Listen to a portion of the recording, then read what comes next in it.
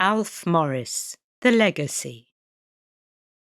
In this short film, we hear from a range of contributors filmed in the present day. They include disabled people, one of whom, Jessica Fay, a smiling teenage girl with long dark hair and large brown eyes, introduces the film to us from her bedroom. Other contributors of different ages, from different racial backgrounds, and with different impairments include Dr. Hamid Haroon, a scientist and disability campaigner, an Asian man and a wheelchair user. Councillor Tracy Rawlins, a local councillor, a white woman in middle age with a visual impairment. KIRSTY HUTCHISON, a young Scottish woman and academic who has cerebral palsy. Rosie Jones, a white woman with long brown hair. She's a comedian and has cerebral palsy. Frankie Herman, a young white autistic woman with bright orange hair and tattoos.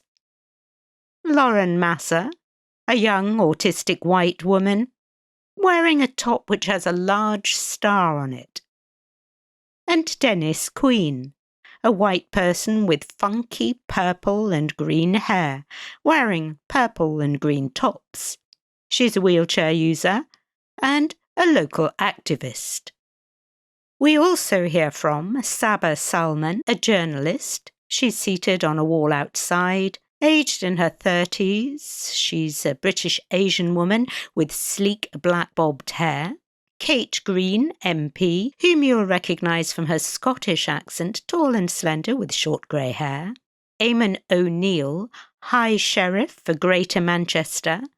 Eamon O'Neill, High Sheriff for Greater Manchester, filmed outside in a town centre. He's a middle-aged white man wearing suit and tie and his official badge. And Richard Stilgoe, Sir Richard Stilgoe, seated at his grand piano. He has white hair and beard. The contributors are filmed either in their own homes or outside, in gardens, parks, or town centres. At the end of the film is a short sequence showing Alf Morris, later Lord Morris of Manchester, in the House of Lords. He's a silver-haired white man in later life, bespectacled, heavily built, wearing a smart grey suit and patterned tie. He is speaking on the 40th anniversary of the Act in 2010. Around him, the almost empty chamber, with its rows of red leather button-backed seats and its patterned blue carpet. A line of wheelchair users are in attendance to celebrate the 40th anniversary of the Act, all holding copies of Alf's speech. The credits read as follows. Contributors in order of appearance: Jessica Fay, Dr. Hamid Haroon, KIRSTY HUTCHISON, Rosie Jones, Saba Salman, Kate Green, MP, Eamon O'Neill, High Sheriff, Frankie Herman, Lauren Massa, Dennis Queen, Sir Richard Stilgoe, and Alf Morris. Archive material comes from the Morris Family Archive and the Parliamentary Recording Unit. Thanks to Access All Areas, Cross Street Chapel, Sarah Hawley, Derek Kinraid, St Luke's Church, Wythenshawe, the Morris Family, the Orpheus Centre, and Janet Woolstonholme. The composer is James Holt, dubbing mixer Pip Norton, online editor Sue Giovanni, archive researcher Benjamin Spiro Hughes, development producer Richard Helder, the director of photography Martin Veselinov, editor Rebecca Ginn, director James Dan. The executive producers Jules Hussey and Karen Shannon. Logos appear at the end of the film for Manchester Histories and Brazen, the film company. Copyright 2020. Lights, camera, set, action. Alf Morris is a pioneer. You know, when you mention Alf Morris, to those people who know of his work, he has had a huge impact in disability rights. And the support that we get to this day as disabled people, it's because of Alf Morris and the laws that he brought in. Alf's taught me that it is right to be independent and you can choose your life, but the world puts so many barriers in the way, and I think Alf was such a champion of the social model of disability before I even knew there was such a thing. I think without Alf's Act, the disability community would definitely not have the rights that it has today, would not have the voice it has today, would just be still classed as vulnerable. And disabled people are not vulnerable. Disabled people are just people like everybody else.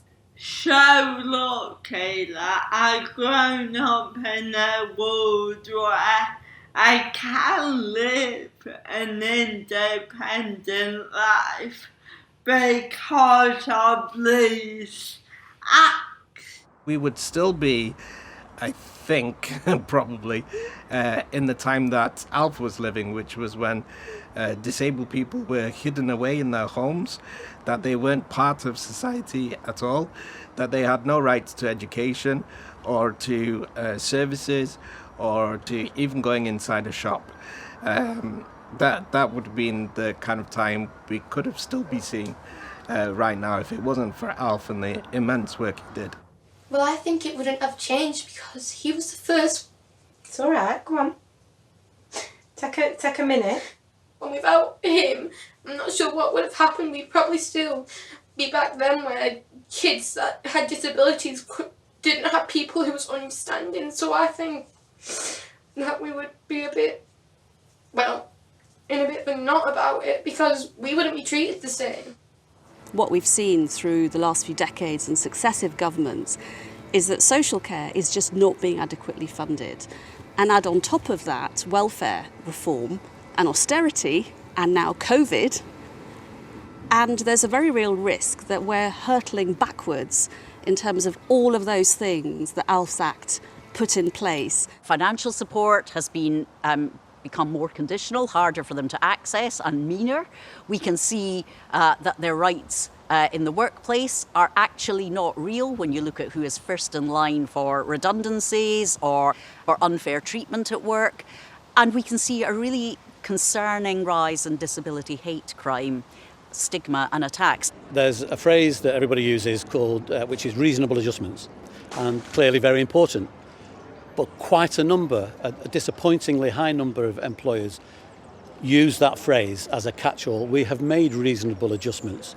But actually, that's not enough these days. You have to probably, if you are going to be truly inclusive and truly embed the skills and talents of disabled people within your organisation, you have to redesign your organisation. And you have to fundamentally change your philosophies and your cultures. You can easily make a reasonable adjustment by getting a screen that reads stuff to you, or a bigger keyboard, for example. They're the easy solutions. What's more difficult is changing the people perception in the workplace, and that's a cultural shift. We still have a way to go on our work with making outdoor places more accessible for disabled people. Alf's law put into place what children with autism need, but there's still more to be done. 50 years at least since that act, we have fought to have enshrined in law just to try and live a simple life, a little bit like our neighbours, and I get to do that now. So the thought of it being taken away is terrifying. It's also likely to start putting people back in institutions, which we have been fighting for more than 50 years, and we really want to see an end to segregation in every single form, in education, in living, in all the aspects. We're not equal, we've still got fights to fight, but reading these and talking about Alf's Act show me how far we've come. we've got a long way to go. So if I was Alf standing here in front of you now, what would you say to me? Keep fighting. Thank you. Thank you for changing the world for the better. Without you, without Alf, I wouldn't have had the possibilities in life that I had. Why did it have to be you? Why had nobody else done it before you? It was 1970, you know, not 1670. But, yeah, determined, well done. I am so thankful that I've grown up in a world where these acts were just common sense. It's quite unusual these days, particularly with our plastic politicians, where it's all about sound bites, nothing really comes from the heart. And you know, reading Alf's speeches, listening to him, looking back at the archive, what an incredible character this man was and how close he was to the people whose lives he helped transform. My lords, much the best way of marking the 40th anniversary is to recognise that we still have much more to do to turn humane precept into practice and to make it our bounden duty to meet that challenge.